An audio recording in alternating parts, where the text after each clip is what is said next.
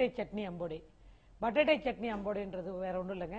சட்னியில் வந்து பொட்டேட்டோ இருக்கு இல்லைங்களா, பொட்டேட்டோவில் சட்னி வந்துட்டு கிரீன் சட்னி ஸ்டஃப் பண்ணி அந்த ஸ்டஃப் பண்ண அந்த டம்ப்ளிங்ஸை வந்துட்டு நம்ம வந்துட்டு பஜ்ஜி பேட்டர் இருக்கு பார்த்தீங்களா, அந்த பஜ்ஜி பேட்டரில் டிப் பண்ணி ஆயிலில் ஃப்ரை பண்ணியிருக்கிறது தான் பட்டாட்டை சட்னி அம்போடே. இதை பார்க்கறதுக்கு முன்னாடி இது பண்ணுறதுக்கு தேவையான பொருட்கள் என்னென்ன அப்படின்றத நம்ம முதல்ல பார்த்துடலாம்.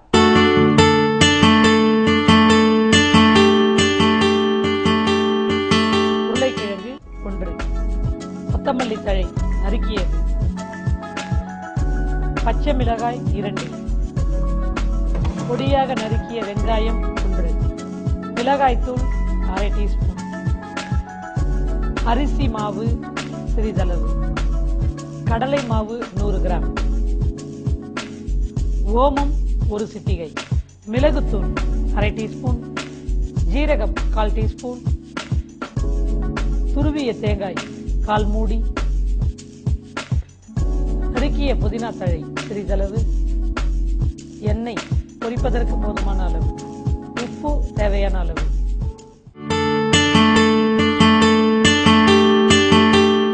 பட்டாட்டை சட்னி அம்போடே பண்றதுக்கு தேவையான பொருட்களை பார்த்தோம். அதை இப்ப எப்படி பண்ண போறோம் அப்படின்றத பார்க்கலாம்.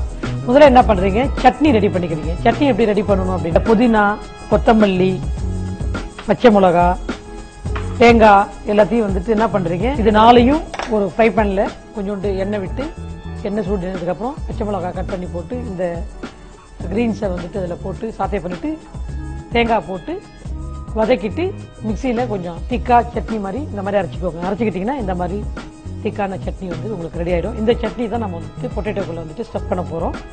சட்னி இப்போ ரெடியாக இருக்குது. இப்போ வந்துட்டு அந்த ஸ்டஃபிங் வந்துட்டு நம்ம ரெடி பண்ணலாம். முதல்ல இந்த மாதிரி ஒரு ஃப்ரை பேன் எடுத்துக்கோங்க. ஃப்ரை பேனில் வந்துட்டு கொஞ்சம் ஆயில் விட்டுக்கோங்க.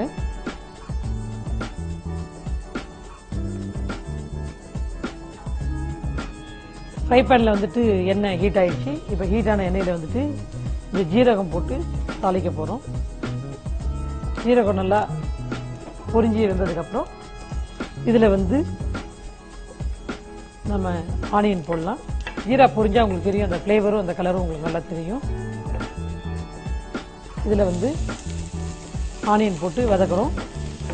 இது வதக்குனதுக்கப்புறம் அந்த ஏற்கனவே பொட்டேட்டோ வந்து என்ன பண்ணுறீங்க, உப்பு போட்டு நல்லா வேக வச்சு மேஷ் பண்ணி வச்சுக்கோங்க.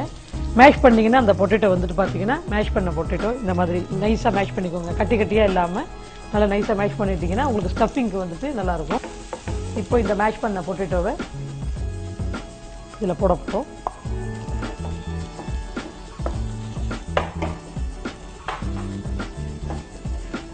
காரத்துக்கு வந்துட்டு வெறும் க்ரஷ் பண்ண பெப்பர் தான் போடுறோம். ஏற்கனவே சட்னியில் வந்துட்டு பச்சை மிளகா போட்டு அரைச்சி வச்சுருக்கிறதுனால இதில் வந்துட்டு பச்சை மிளகா போடலை. நம்ம வெறும் பொட்டேட்டோ, ஆனியன், சின்ன ஜீரகம். ஓகேங்களா?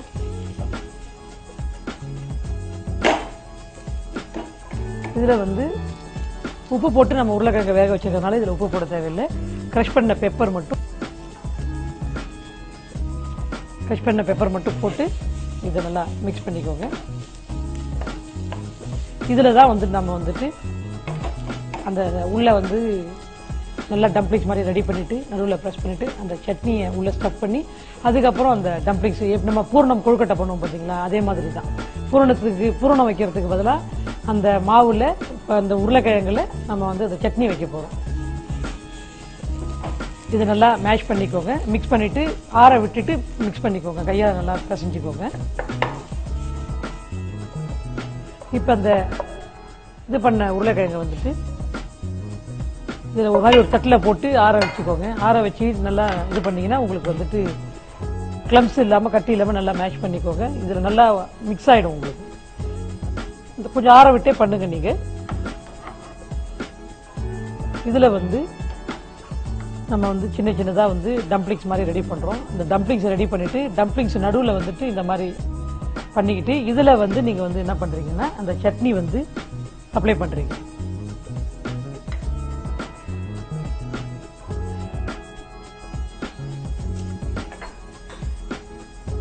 சட்னி உள்ளே அப்ளை பண்ணி இதை வந்து டம்ப்ளிங்ஸாக வந்து ரெடி பண்ணிக்கோங்க. இந்த சட்னியோட இந்த டம்ப்ளிங்ஸ் வந்துட்டு இதை தான் நம்ம வந்துட்டு பஜ்ஜி பேட்டர் மாதிரி பேட்டர் ரெடி பண்ணிவிட்டு அந்த பேட்டரில் டிப் பண்ணி எடுக்க போகிறோம். இந்த மாதிரி ஒரு ப்ராசஸாக பண்ணிங்கன்னா உள்ளே வந்துட்டு சட்னி இருக்கும், மேலே வந்துட்டு அந்த பொட்டேட்டோ பைண்டிங் ஃபுல்லாக அந்த சட்னி ஃபுல்லாக கவர் ஆயிருக்கும். இந்த மாதிரி ஒரு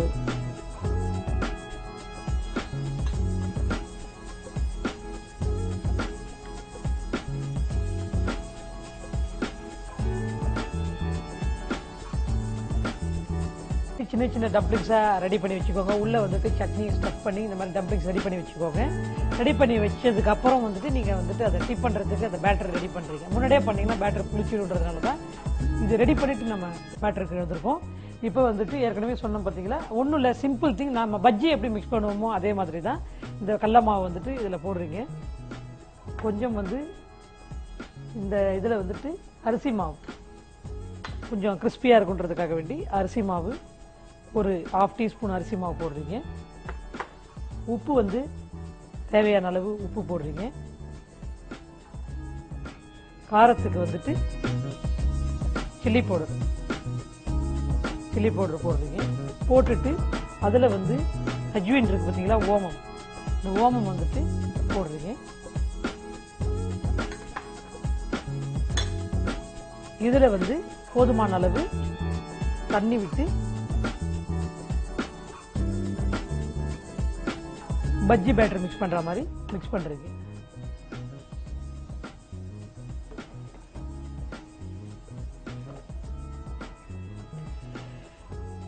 இந்த மாதிரி வந்து பஜ்ஜி மாவு கன்சிஸ்டன்சிக்கு நீங்க வந்துட்டு அந்த பேட்டர் ரெடி பண்ணிக்கோங்க. பேட்டர் ரெடி ஆயிடுச்சு. உள்ள வந்துட்டு நமக்கு பொட்டேட்டோ சட்னி அம்போடையும் ரெடியா இருக்குது. இப்போ நம்ம வந்துட்டு அதை எப்படி ஃப்ரை பண்ண போறோம் அப்படின்றத பார்க்கலாம். ஒரு ஃப்ரை பேன்ல வந்துட்டு எண்ணெய் விட்டு, எண்ணெய் வந்து நல்லா ஹீட் ஆயிடுச்சு.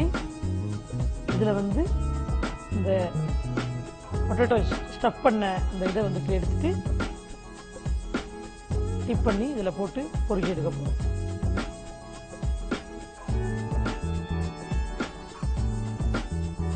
என்ன நல்லா காஞ்ச பிறகு நீங்க போட்டீங்க அப்படின்னா உங்களுக்கு வந்துட்டு சடனா வந்து ரெடி ஆயிடும்.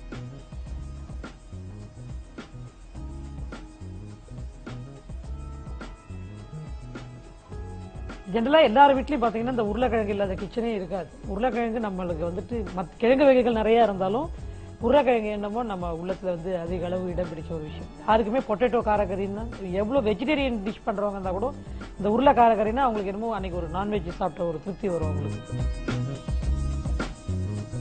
இதே மாதிரி எல்லாத்தையும் நீங்க வந்துட்டு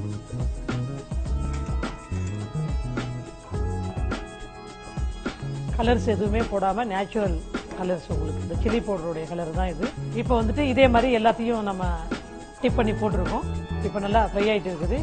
கலர் நல்ல கிராண்டான ஒரு கலர்.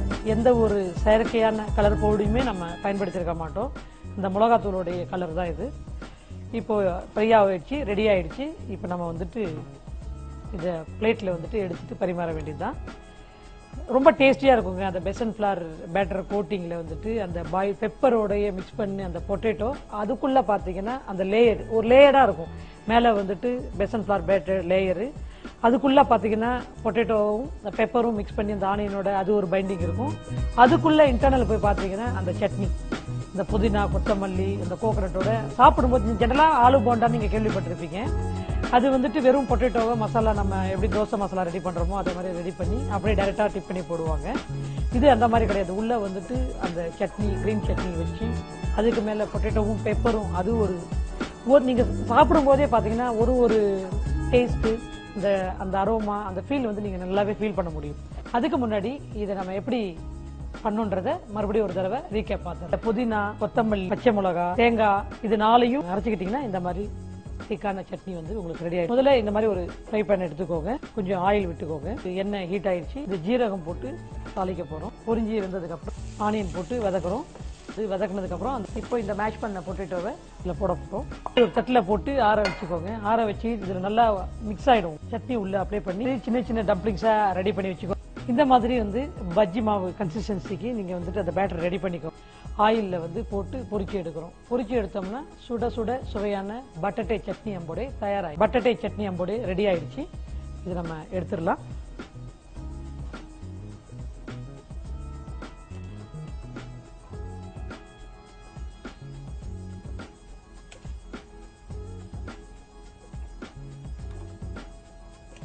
பட்டட்டை சட்னி அம்போடை வந்துட்டு நம்ம ஃப்ரை பண்ணி தயாரா வச்சிருக்கோம். இப்போ வந்துட்டு நம்ம வந்துட்டு அதை வந்துட்டு ஒரு பிளேட்ல வந்துட்டு பிரசன்ட் பண்ணலாம்.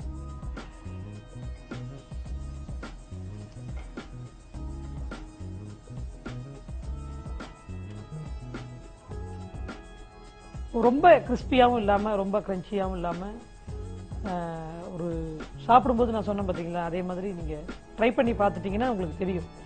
யூஸ்வலா நம்ம வந்துட்டு சாப்பிட்ற ஆலு போண்டாவுக்கும் இந்த சட்னி அம்போடைக்கும் வந்துட்டு என்ன டிஃப்ரெண்ட் அப்படின்றத நீங்க வந்து நேரடியா வந்து பாத்தீங்க அப்படின்னா உங்களுக்கு நல்லா தெரியும்.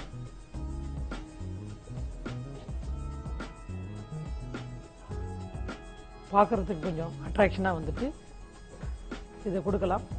செய்யற விஷயங்களை வந்துட்டு நம்ம வந்துட்டு ஆத்மார்த்தமா செய்யணும் அப்படின்றதுக்காக, இதயபூர்வமா செய்யணுன்றதுக்காக ஒரு குக்கும்பர் ஹார்ட் உங்களுக்காக. இப்போ ரொம்ப ரொம்ப டேஸ்டான டிஃப்ரெண்டான பட்டட்டை சட்னி அம்போடே தயாரா இருக்கு. நீங்களும் வீட்டில் ட்ரை பண்ணி பாருங்க, எல்லாரையும் அசத்துங்க, ஃபீட்பேக் சொல்லுங்க.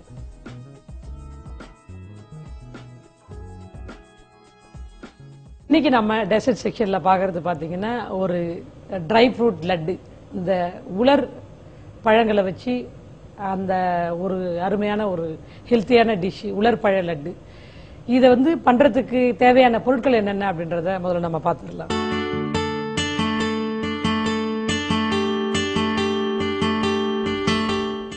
நறுக்கிய உலர் பேரீச்சம்பழம் 1 கப், உலர்ந்த செர்ரி, வால்நட் சிறிதளவு, பிஸ்தா பருப்பு சிறிதளவு, முந்திரி பருப்பு சிறிதளவு, பாதாம் பருப்பு சிறிதளவு, தேங்காய் பவுடர் சிறிதளவு, நெய் சிறிதளவு,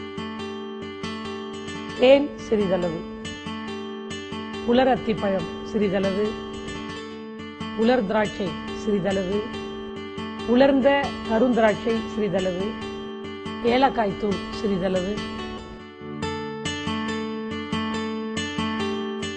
இப்போ நம்ம வந்துட்டு அந்த உலர்பழ லட்டு எப்படி பண்றது அப்படின்றத பார்க்கலாம். ஃப்ரை பண்ண ஹீட் பண்ணியிருக்கோம். ஹீட் பண்ணிட்டு நெய்யை வந்து ஒரு ஸ்பூன் கீ வந்து அதில் போடுறோம். இந்த கீ எதுக்குன்னா நமக்கு வந்துட்டு அந்த ட்ரை ஃப்ரூட்ஸை வந்துட்டு சாத்தே பண்ணுறதுக்காக. ஏற்கனவே அது சன்ரைடு தான் இருந்தாலும் நம்ம வந்து ஒரு ஸ்வீட்டாக பண்ணும்போது சில இதெல்லாம் சேர்த்தோம்னா பசங்களுக்கு ரொம்ப டேஸ்ட்டாக இருக்கும். கீ மெல்ட் ஆயிடுச்சு.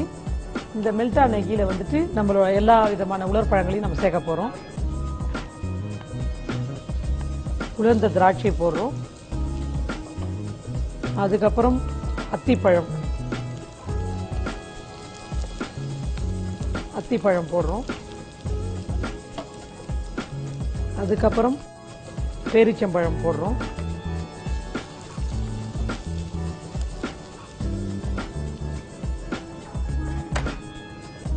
அதன் பிறகு செர்ரி போடுறோம்.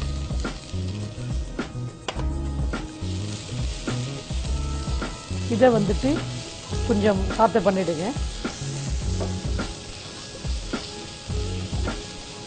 ஃப்ரூட்ஸ் அப்படின்றதுனால நம்ம வந்து இதில் வந்து பெருசா எதுவும் சேர்க்க தேவையில்லை. இது கொஞ்சம் திக்கா கொஞ்சம் அந்த கீழே வந்துட்டு ஊறிட்டு அந்த ஃப்ரூட்டில் இருக்கிற கொஞ்சம் ஈரத்தன்மை வந்துட்டு வரும்போது பிடிக்கிற அளவுக்கு வந்துடும் கொஞ்சம் நேரத்தில். அப்போ வந்து நம்ம வந்து லட்டு மாதிரி அதை நட்ஸு சேர்த்து பண்ண போகிறோம். இப்போ இது கூட வந்துட்டு நம்ம வந்து வால்நட்டு வந்து நுணுக்கி வச்சிருக்கிறோம். இந்த வால்நட்டு, முந்திரி பருப்பு,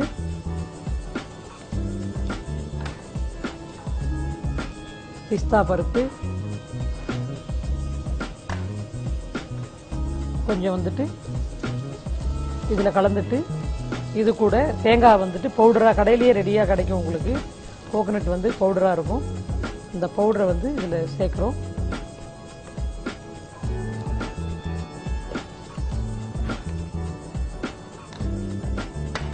இது கூட ஏலக்காய் பவுடர்,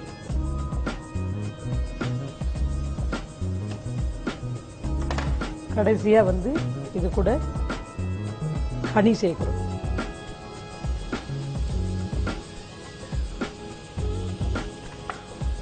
இதை பெரட்டிட்டு ஆறுன உடனே இதை நம்ம வந்து லட்டு மாதிரி பிடிக்க போறோம். அடுப்பு ஆஃப், சூடுபடுத்த வேண்டாம்.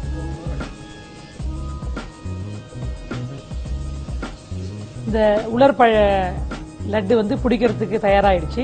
இப்போ நம்ம வந்து இது ஒரு பவுலில் வந்துட்டு டிரான்ஸ்ஃபர் பண்ணி வச்சுக்கலாம்.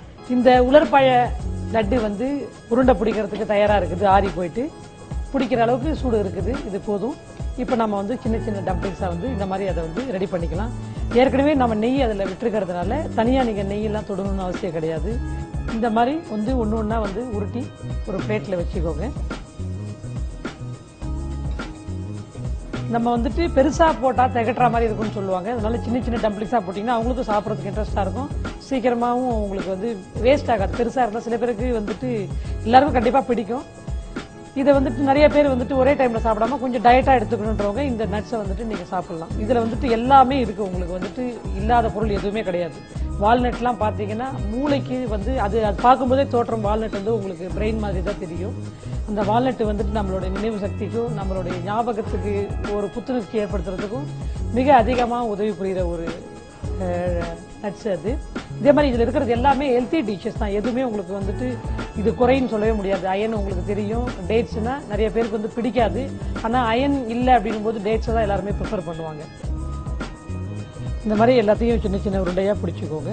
இந்த ஃபிக்கு, இந்த ஃபிக்குன்றது அத்திப்பழம், அந்த அத்திப்பழம், இந்த பேரிச்சம்பழம், இந்த உலர்ந்த திராட்சை பழம், இது எல்லாமே இந்த நட்ஸோட சேர்ந்துட்டு கொஞ்சம் கிறிஸ்பியாக இருக்கும், கொஞ்சம் கிரன்ச்சியாகவும் இருக்கும், டேஸ்டியாகவும் இருக்கும். உலர்பழ லட்டு வந்துட்டு உருண்டை பிடிச்சி லட்டு வந்து லட்டா உலர்பழங்களெல்லாம் லட்டா பிடிச்சி வச்சிருக்கிறோம். இதை வந்து நம்ம எப்படி ப்ரெசென்ட் பண்ண போகிறோம் அப்படின்றத பார்க்கலாம். உலர்பழத்தை வந்துட்டு ஒரு ஒரு கார்டன் ஃப்ரெஷ் பழத்தால் வந்து நாங்கள் டெக்கரேட் பண்ணியிருக்கேன்.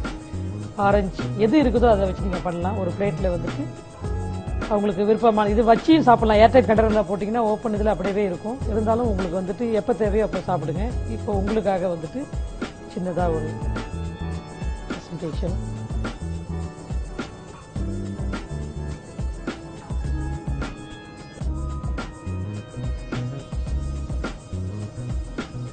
டேஸ்டியான, ஹெல்த்தியான, எனர்ஜியான ஒரு உலர்பழ லட்டு வந்து தயாராக இருக்குது.